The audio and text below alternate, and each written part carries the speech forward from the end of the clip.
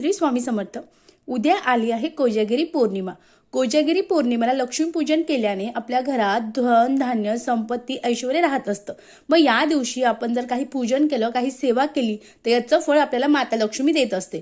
मग आपल्या घरात खूप कटकट आहे, चिडचिड आहे, भांडणं आहे, आपल्या घरात पैसा टिकत नाही, आपल्या घरातील लक्ष्मी कोणी बांधून टाकली आहे, आपल्या घरात कुलदेवतेचा अखंड वरदहस्त नाही, तर मंडळी तुम्हाला या कोजागिरी पौर्णिमेला अतिशय साधा आणि सोपा उपाय करायचा आहे. उपाय कसा करायचा ते जाणून घेऊ.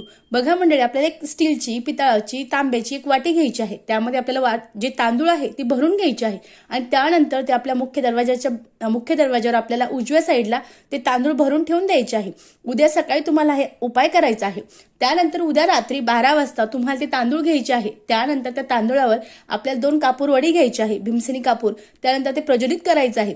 शक्य झाल्यास ओम ऐं ह्रीं क्लीं चामुंडाय विच्चे किंवा ओम महालक्ष्मी नमः या मंत्राचा जप करायचा आहे आणि तो कापूर तसा पूर्ण पेटवल्यानंतर ती वाटी तिथंच ठेवायची आहे. दुसऱ्या दिवशी उठल्यानंतर ते जे तांदूळ आहे ते आपल्याला पक्ष्यांना खाऊ घालायचं आहे. असं केल्याने माता लक्ष्मी आपल्या घरामध्ये अखंड वास करते. आपल्या घरात लक्ष्मी राहत नसेल तो सुद्धा प्रश्न सुटणार आहे. घरातील चिडचिड, कटकट, भांडणं, वादविवाद सर्व संपणार आहे आणि माता लक्ष्मी तुमच्या घरात अखंड वास करणार आहे. अतिशय साधा पण अतिशय प्रभावी उपाय आहे. निश्चित करावा. श्री स्वामी समर्थ. धन्यवाद.